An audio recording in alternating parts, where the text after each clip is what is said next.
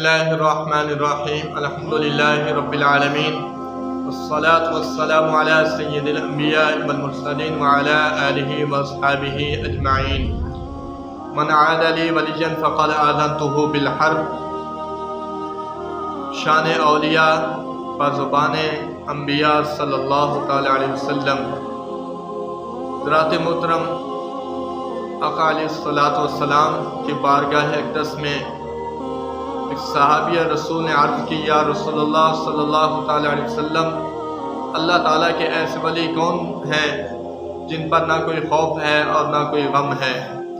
تو آقا پاک صلی اللہ تعالی علیہ وسلم نے ارشاد فرمایا کہ اللہ کے ولی وہ ہیں جن پر نہ کوئی خوف ہے نہ غم۔ فرمایا کہ اولیاء وہ ہیں کہ جب لوگ دنیا کا ظاہر دیکھتے ہیں اور وہ دنیا کا باطن دیکھتے ہیں، اور جب لوگ دنیا کی جلد آنے والی شے کا اہتمام کرتے ہیں تو وہ اس کی دیر سے آنے والے شے کا اہتمام کرتے ہیں۔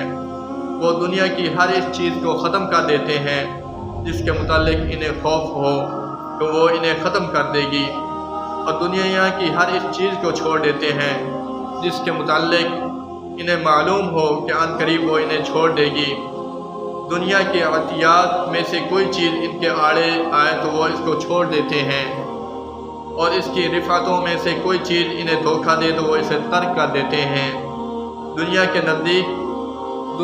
کے نزدیک پرانی ہو چکی ہے اور وہ دوبارہ اسے نیا نہیں کرتے۔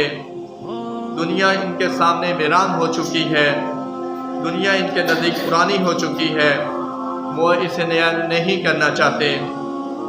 سامعین محترم، اللہ رب العالمین کے اولیاء کرام کا بہت مقام اور شان ہے۔ یہ سفر المظفر کا مہینہ ہے۔ اس مقدس مہینے میں بہت سے اولیاء کرام بزرگان دین کے عرس منائے جاتے ہیں۔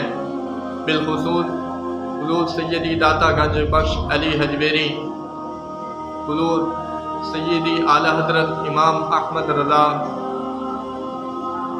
خان اور حضور غوث العالمین غوث بہاؤالدین زکریا، بہت سے بزرگان دین کے اولیاء کرام کے عرس منائے جاتے ہیں۔ اللہ رب العالمین کی بارگاہ اقدس میں دعا ہے، اللہ پاک ہمیں اپنے مقرب اور نیک اولیاء کرام کی محبت اور ان کے نقش قدم پر چلنے کی توفیق عطا فرمائے۔ السلام علیکم ورحمۃ اللہ وبرکاتہ۔